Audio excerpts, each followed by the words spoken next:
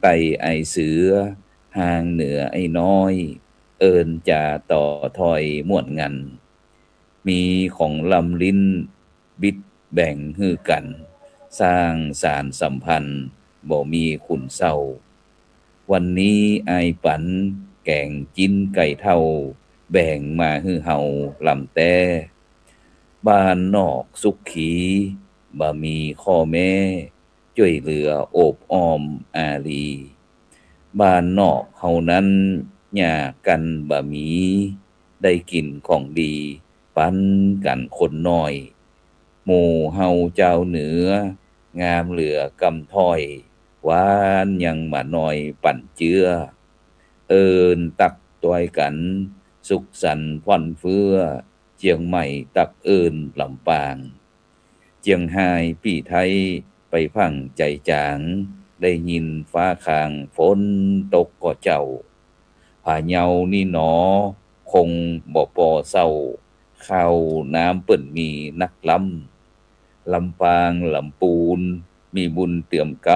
ำบ่ได้ยากกันอันใด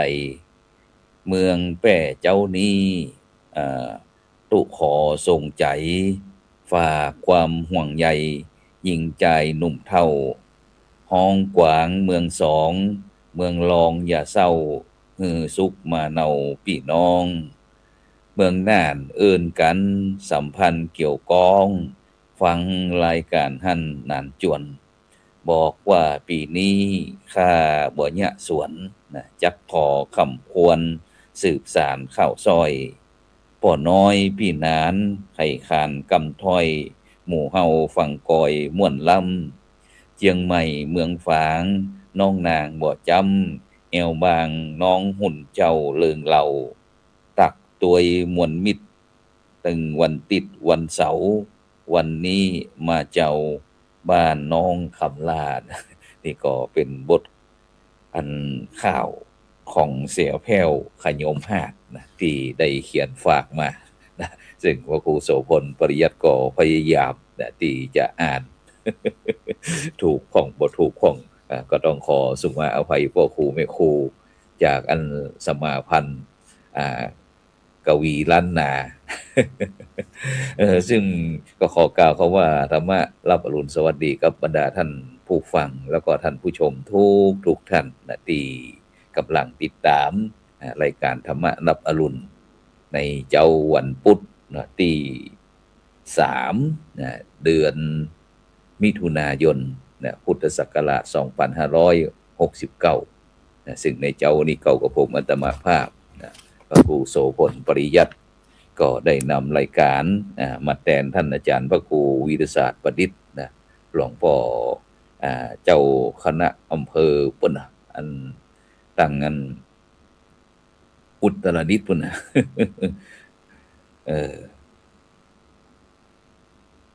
เจ้านี้เพราะว่าเป็นวันสำคัญนะของพระสงฆ์นิกรชาวไทยนะที่เป็นวันคล้ายวันพระราชสมภพวันเฉลิมพระเกียรติของพระนางเจ้านะสุธิดานะพัชรสุธาพิมลลักษณ์นะสมเด็จพระนางเจ้าพระบรมราชินีของในหลวงรัชกาลที่10นะครบ4 รอบนะ48พรรษานะซึ่งวันนี้ก็เป็นวันหยุดราชการพี่น้องพุทธศาสนิกชนนะพี่น้องประชาชนคนไทยก็คงจะได้ไปร่วมทำกิจกรรมบางจังหวัดบางแห่งเพิ่นก็มีการทำบุญตักบาตรถวายเป็นพระราชกุศลแก่พระองค์ท่านนะในเนื่องในวันเฉลิมพระชนมพรรษา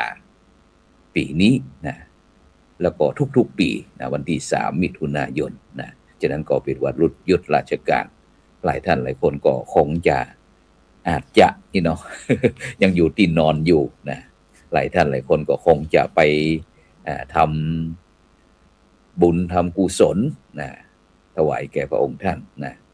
ซึ่งในเจ้านี้อย่างที่ท่านอาจารย์พระครูวิสาประดิษฐ์นะบ้านโคกนะบ่อเบี้ยบ้านโคกอย่างต่างๆนั้นนะก็เป็นเจ้าคณะอำเภอเนาะก็ต้องไว้เป็นประธานในส่วนราชการจัดงาน เฉลิมพระชนมพรรษา ก็ขอย้อนหลังไปวันที่2นะวันที่2มิถุนายน2569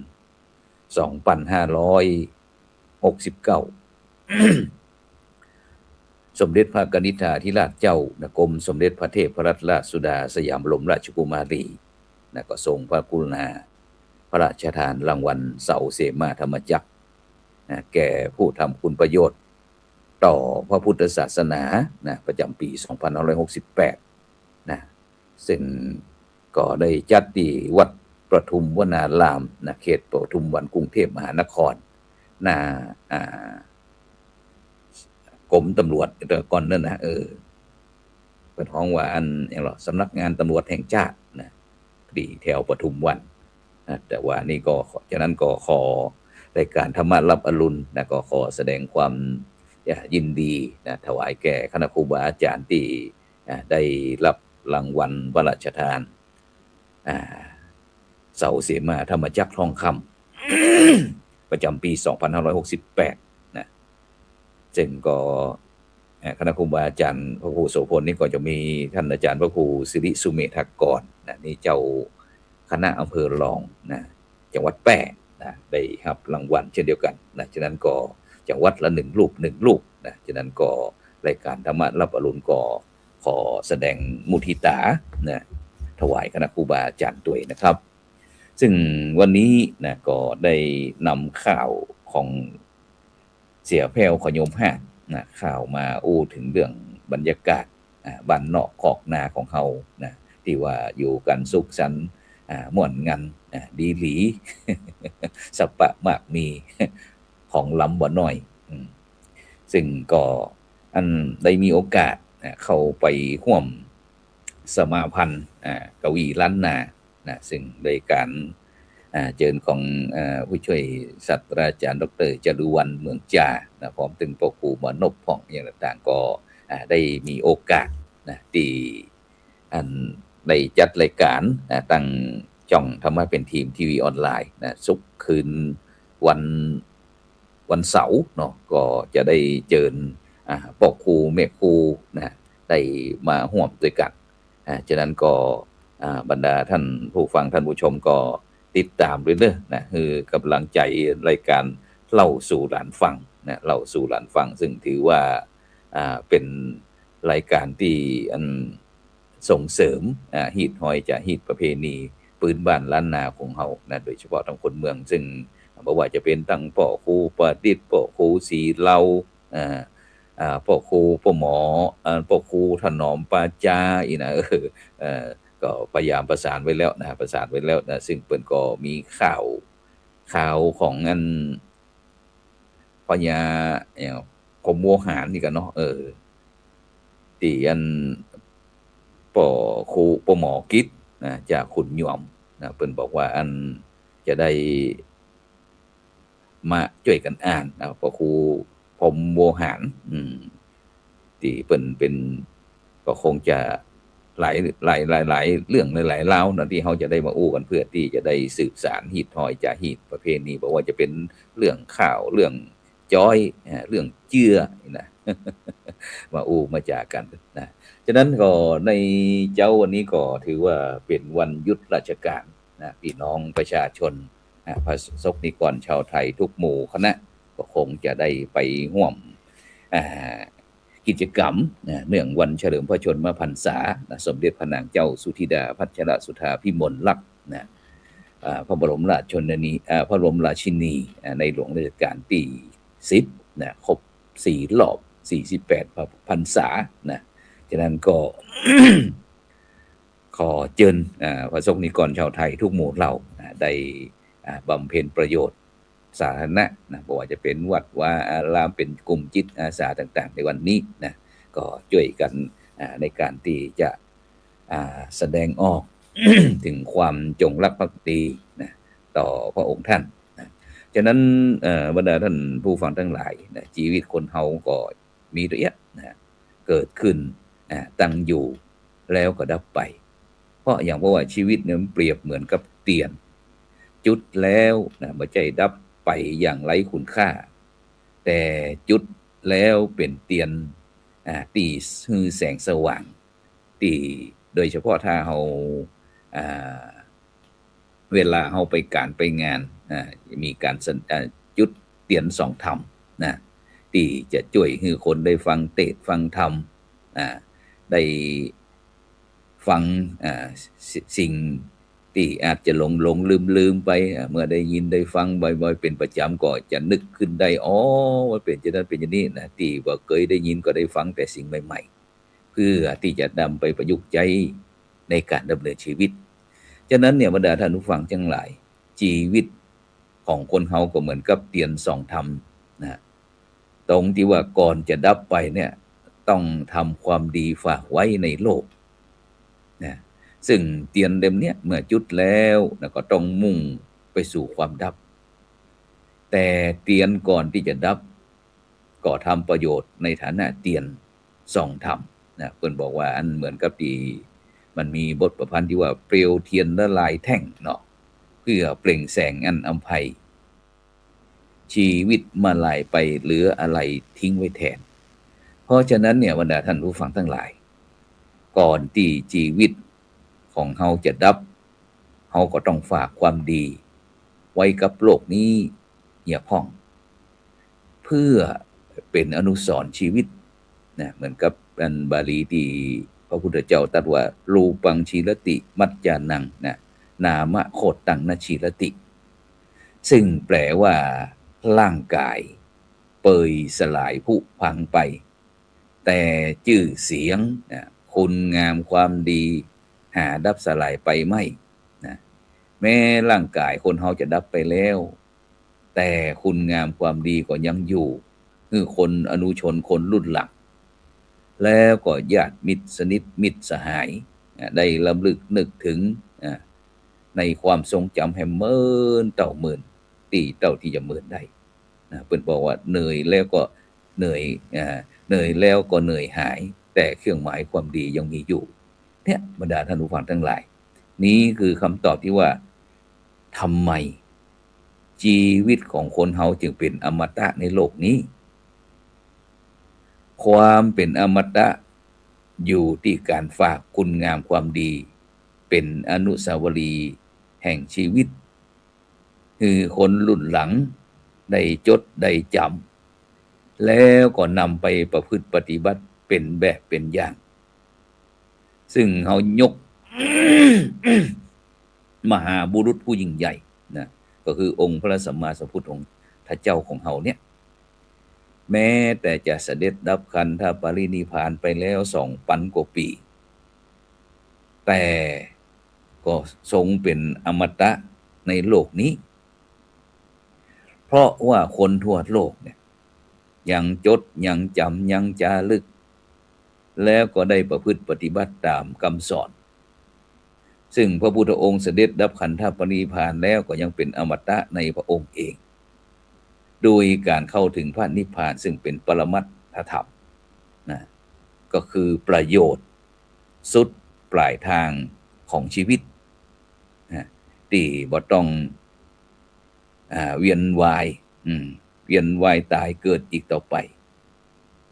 ฉะนั้นชีวิตมนุษย์ของเฮาที่เป็นเจ้าพุทธทุกคน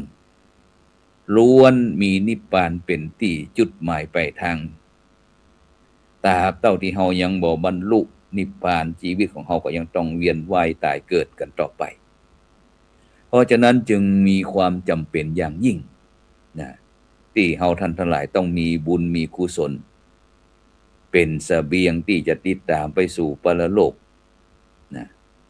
อย่างเพิ่นว่าชีวิตคือการเดินทางนะเรือนร่างคือศาลาอาศัย บาปคือพวกปน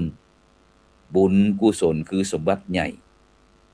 บาปพาไปสู่ทุกขติบุญกุศลพาไปสู่สุขติเพราะฉะนั้นเนี่ยบรรดาท่านผู้ฟังทั้งหลายชีวิตที่เฮาท่านทั้งหลายได้ทำคุณงามความดี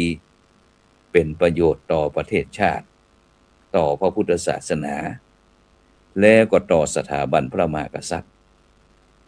ชื่อว่าเป็นผู้มีบุญกุศลนะเ เป็นเสบียงนำไปสู่สุคติในสัมปรายภพนะอย่างที่พระพุทธเจ้าตรัสว่าปุญญานินะปะละโลกัสสมิง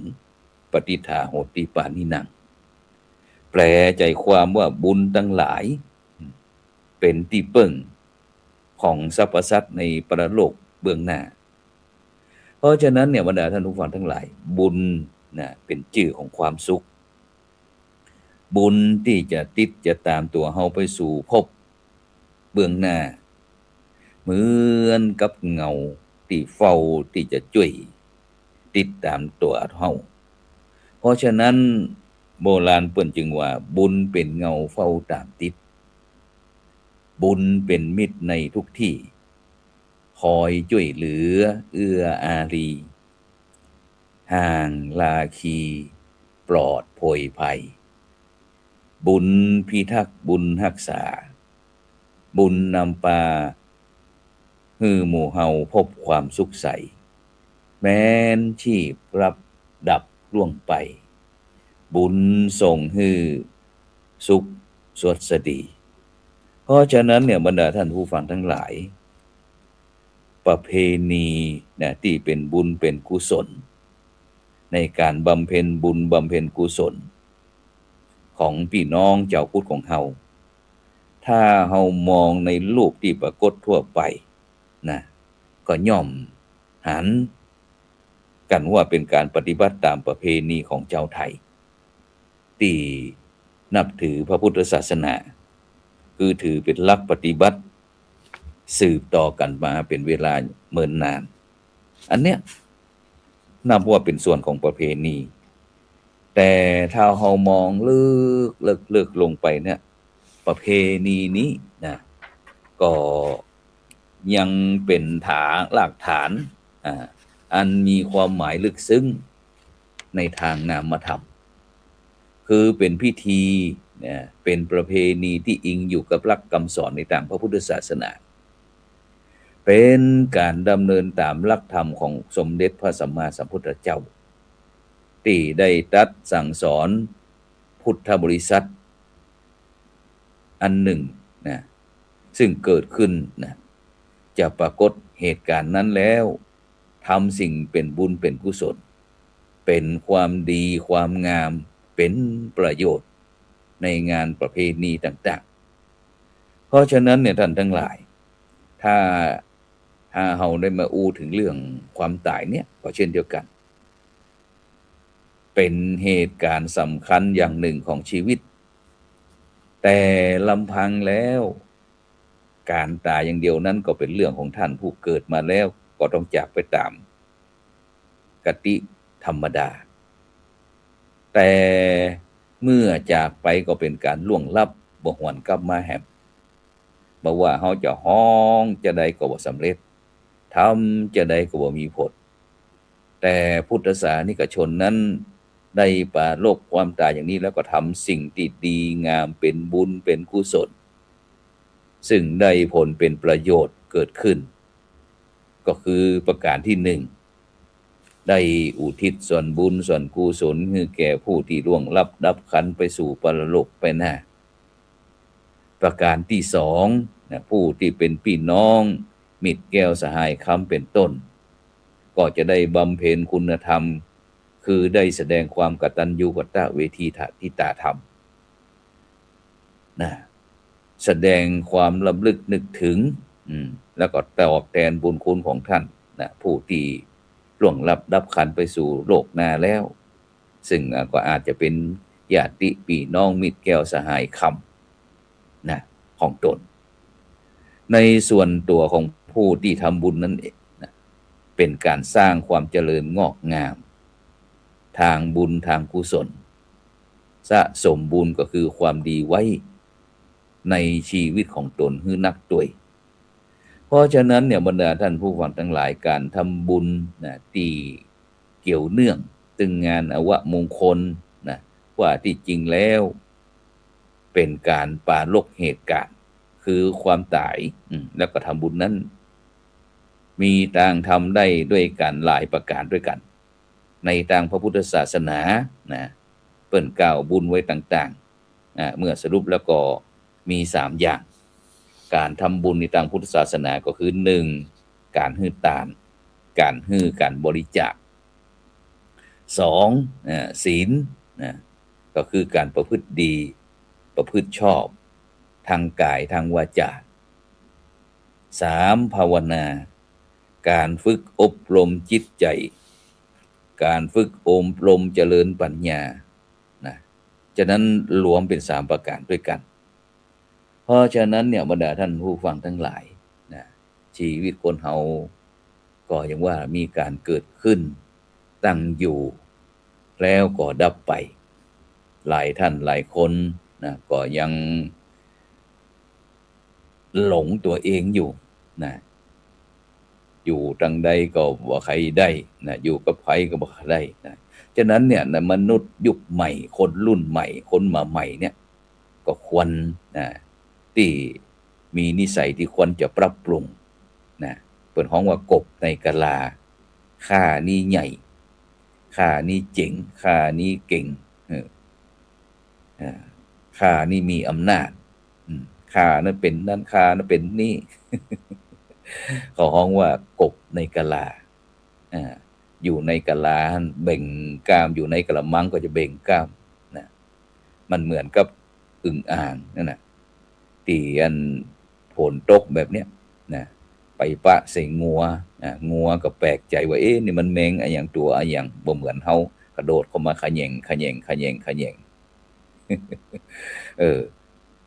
พอบ่ได้เนี่ยอึ่งอ่างก็บ่พอใจนะว่าไอ้ตัวนี้มันมองเฮานะมันฮู้จักเฮาก็บ่ฮู้จักว่าเฮาเป็นไผก็นะรู้จักข้าน้อยไปอีน่ะ ก็เลยอึ่งอ่างก็เลยเบ่งตัวเองนะให้ใหญ่ขึ้นปองขึ้นเพื่อที่จะได้ฮืองัวน่ะกว่าผลสุดท้ายมองชิงกองเนี่ยเดสมอนเละไปอย่างนะร่างกายระเบิดตึ้มนะอึ่งอ่างตายไปอย่างนะนึกฉะนั้นเขาฮ้องว่ากบอึ่งอ่างในกะลานะแล้วก็ชาล้นถ้วยที่ใส่ที่ควรจะปรับปรุงชาล้นถ้วยหลายท่านหลายคนนะว่าเท่านะใครอู้จะได้ก็บ่ฟังใครเตียนก็บ่เอากำข้านี่ฮู้หมดหมู่เองนี่ฮู้น้อยไปยะได้กะข้าเนี่ยมันสุดยอดแล้วนะบ่ฟังใครสักอย่างนะผลสุดท้ายก็อยู่คนเดียวอยู่กับใครบ่ได้นะเพราะหยังเป็นชาล้นถ้วยฮู้หมดฮู้คนเดียวเก่งคนเดียวหมู่เองนี่มันกระจอกงอกง่อยนะ แล้วก็นิสัยที่ควรปรับปรุงให้มันก็คือป่วยไม่ยอมรักษา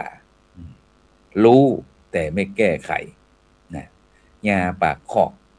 เพราะฉะนั้นเนี่ยบรรดาท่านผู้ฟังทั้งหลายก็เลยวันนี้ก็เลยนำนานาสาระนะธรรมะขององค์พระสัมมาสัมพุทธเจ้าได้ปรารภถึงเรื่องตั้งแต่วันเฉลิมพระชนมพรรษาของสมเด็จพระนางเจ้าสุธิดาพัชรสุธาพิมลลักษณ์นะพระบรมราชินีนะที่วันนี้ทุกวันที่3มิถุนายนนะที่ประสบนิกรชาวไทยทุกหมู่เหล่าทุกหมู่คณะนะก็จะได้แสดงออกถึงความจงรักภักดีแล้วแต่นะใครที่คิดว่าทำอย่างก็ได้นะที่มันเป็นประโยชน์แล้วก็ถวายแก่พระองค์ท่านนะเนี่ยต้องเป็นสิ่งที่เฮาท่านทั้งหลายควรจะได้แสดงออกแล้วก็โดยเฉพาะแม้ปีนี้ก็มีพระราชทานอภัยโทษตัวเนี่ยนี่ก็จะมีเรื่องในวันเฉลิมพระชนมพรรษาปีนี้นะมีวันที่2นะครับพระราชฎีกาพระราชทานอภัยโทษพศ2569นะก็ขอให้พี่น้องที่ได้รับอานิสงส์ในพระราชฎีกาพระราชทานอภัยโทษเนื่องในวันเฉลิมพระชนมพรรษาของพระองค์ท่านนะหมดเคราะห์หมดโศกหมดโรคหมดภัยนะก็ประมาณนี้ก็ประมาณสัก50,000กว่าคนนะที่จะได้รับพระราชทานอภัยโทษ ในพระราชกฤษฎีกาฉบับนี้นะซึ่งพระครูโสพลนี่ก็บ่ได้เข้าไปขอกนะหรือว่าทันทสถานหญิงนะเมินนะลำกันนะเพราะว่าอันเนื่องจากที่ศาสนากิจนะก็จะนักหนาปาปานสักหน่อยหนึ่งนะก็เลยบ่ได้เข้าไปเยี่ยมเยียนที่ผู้ต้องขังนะที่ทันทสถานหญิงนะแต่ก่อนนี้ก็ทำงานได้นำหลักธรรมคำสอนต่างๆเข้าไปเผยแพร่ไปเพื่อที่จะ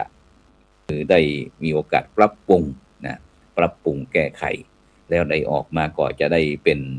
คนดีสีสังคมนะได้ออกมาแล้วก็ได้ช่วยกันพัฒนาประเทศชาติของเขาเนี่ยให้มีความการกุ้งหุ่งเรืองต่อไป